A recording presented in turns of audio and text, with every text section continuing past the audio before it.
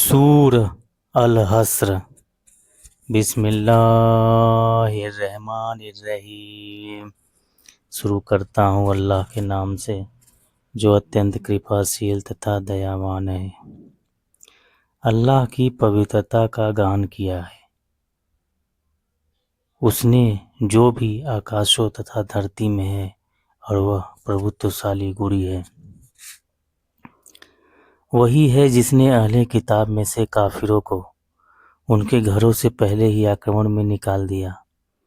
तुमने नहीं समझा था कि वे निकल जाएंगे, और उन्हें समझा था कि रक्षक होंगे उनके अल्लाह से, तो आ गए उनके पास अल्लाह का निर्णय।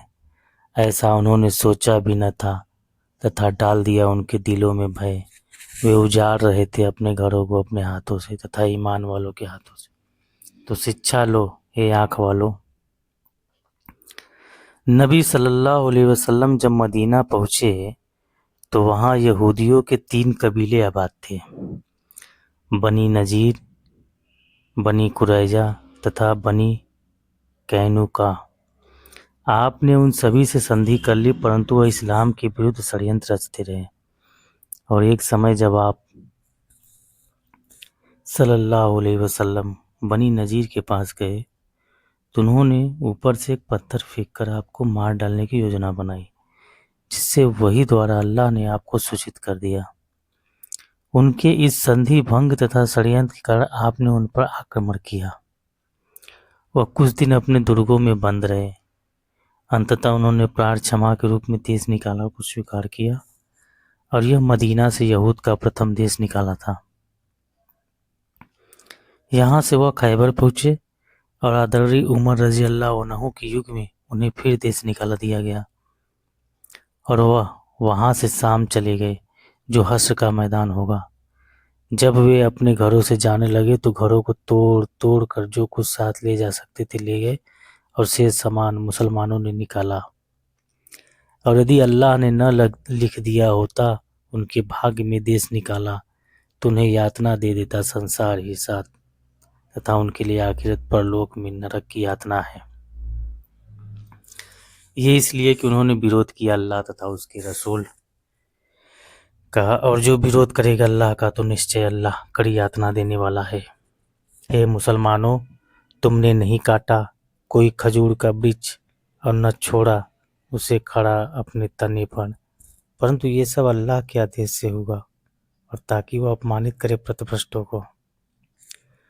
बनी नजीर के घेराव के समय नबी सल्लल्लाहु अलैहि वसल्लम के आदेशानुसार उनके खजूरों के कुछ वृक्ष जला दिए गए और काट दिए गए, और कुछ छोड़ दिए गए, ताकि शत्रु की आर को समाप्त किया जाए।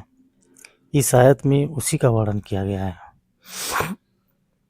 और जो धन दिला दिया अल्लाह ने अपने रसूल को, उनसे तो नहीं दौड़ाए तुमने उसके लिए घोड़े और न ऊंट, परंतु अल्लाह प्रभुत्व प्रदान कर देता है अपने रसूल को जिस पर चाहता है, तथा अल्लाह जो चाहे कर सकता है।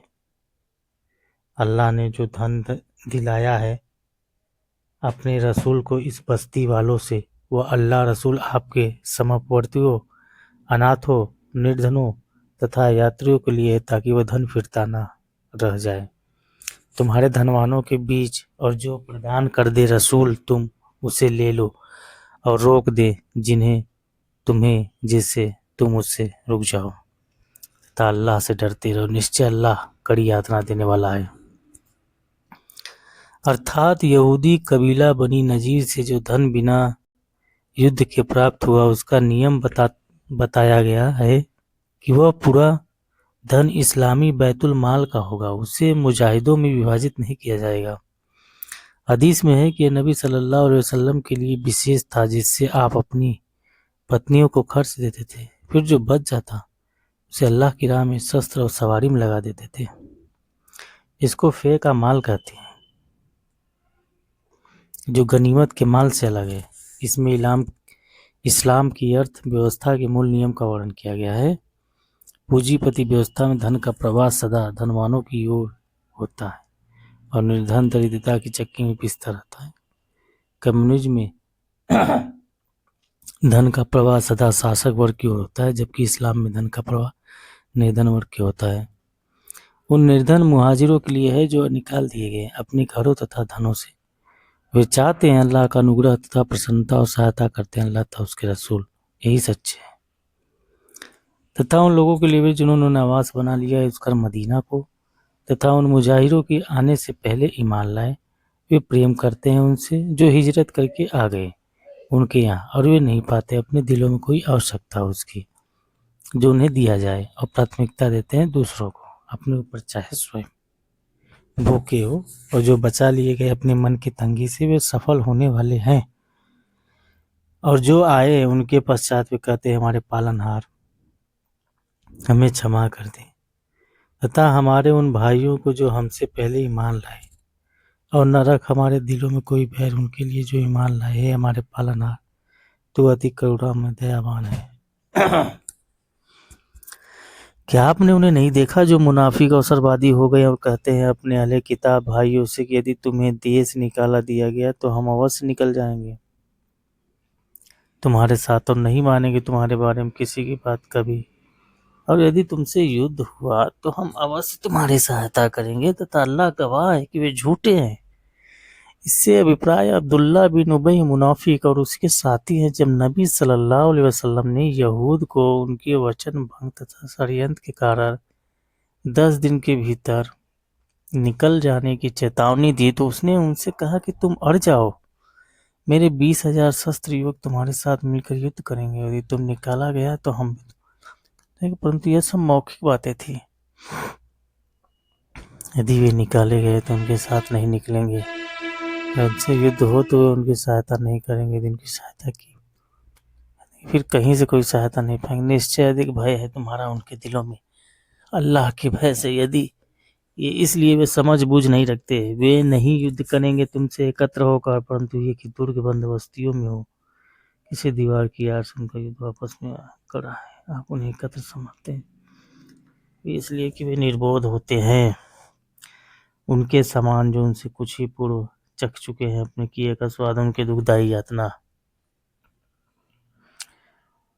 इसमें संकेत बद्र में मक्का के काफिरों तथा कैनुका कबीले की पराजय की ओर। उनका उदाहरण शैतान जैसा है कि वह कहता है कि मनुष्य की कुफ्र कर, फिर जब वह काफिर हो गया तो कह दिया कि मैं तुझसे विरक्त अलग हूँ, मैं तो डरता हूँ अल्लाह सरलों के पालनहार से।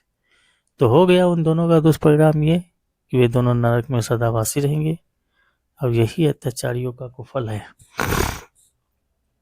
हे लोगों, ईमान लाए हो, अल्लाह से डरो और देखना चाहिए प्रत्येक को कि उसने क्या भेजा है कल के लिए, तथा डरते रहो अल्लाह से। निश्चय अल्लाह है उससे जो तुम करते हो, और न हो जाओ उनके समान जो भूल गए अल्लाह को, तो भुला दिया अल्लाह ने उन्हें अपने आप से, यह अवज्ञाकारी है। नहीं बराबर हो सकते नारकी तथा स्वर्गी ही वास्तव में सफल होने वाले हैं।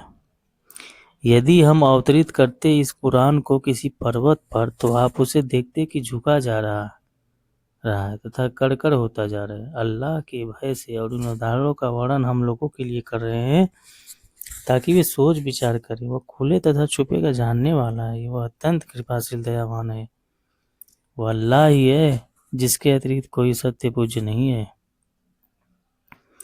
वह अल्लाह ही है जिसके अतिरिक्त नहीं है कोई सच्चा वंदनीय। वह सबका स्वामी, अत्यंत पवित्र, सर्वथा शांति प्रदान करने वाला, रक्षक, प्रभावशील, शक्तिशाली, बलपूर्वक आदेश लागू करने वाला, बड़ाई वाला है, पवित्र है। अल्लाह उससे जिसे वह उसका साक्षी बनाते हैं। इन आयतों में अल्लाह के शुभ नामों और गुणों का वर्णन करके बताया गया है कि वह अल्लाह कैसा है जिसने यह कुरान उतारा है। कि 11 शुभ नामों का वर्णन है। हदीस में है कि अल्लाह के 99 नाम है, जो उन्हें गिनेगा तो वह स्वर्ग में जाएगा। सही बुखारी। वही अल्लाह है पैदा करने वाला, बनाने वाला, रूप देने वाला, उसी के लिए शुभ नाम है। उसकी पवित्रता का वर्णन करता है। जो भी आकाश और धरती में वो प्रभावशाली हिकमत वाला है।